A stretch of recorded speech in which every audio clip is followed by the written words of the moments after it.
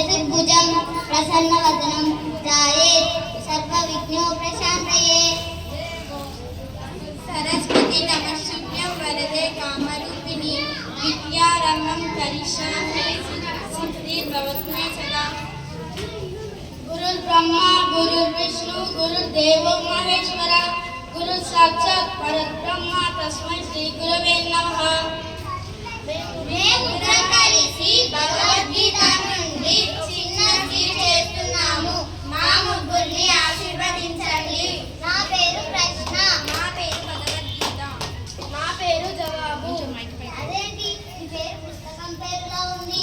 అది పుస్తకం పేరు కాదు, అది ఒక దైవ గ్రంథం పేరు. ఆ పేరు నీకెందుకు పెట్టారు? ఎందుకంటే భగవద్గీత అనే నా శరీరంలో ఉంది కాబట్టి. నీ శరీరం భగవద్గీతనా? అవును, నా శరీరమే కాదు, మానవ శరీరాలన్నీ నడిచేవి భగవద్గీతలోనే. అయితే పంచపాండవులు ఎవరు? పంచపాండవులు మన పంచేంద్రియాలు. అయితే అంటే నింగి, నేల, నీరు, నిప్పు, గాలి. అయితే పంచపాండవులు ద్రౌపది మాట ఎవరు? పంచపాండవులకు ముడిపడి ఉన్న మన సత్య మార్గమే ద్రౌపది మాత. అయితే కౌరవులు ఎవరు? మనలోని కోరికే కౌరవులు. అయితే కురుక్షేత్రం ఏమిటి? మనలోని మనస్సే కురుక్షేత్రం. అయితే శ్రీకృష్ణ భగవానుడు ఎవరు? నాలోను నీలోను ఈ విశ్వమంతటా నిండి ఉన్న గానమే శ్రీకృష్ణ భగవంతుడు. అయితే భగవద్గీతలో ఏముంది? భగవద్గీతలో 700 శ్లోకాలు ఉన్నాయి. ఆ 700 శ్లోకాల్లో మొదటి శ్లోకం ఏమిటి? ఆ 700 శ్లోకాల్లో మొదటి శ్లోకం నీలాగే ప్రశ్నలతో మొదలవుతుంది. ధర్మక్షేత్రే కురుక్షేత్రే సమవేదాయుత్సవః మామకా పాండవైశ్చైవ కిమ కుర్వత సంజయ. దీని అర్థం ఏమిటి?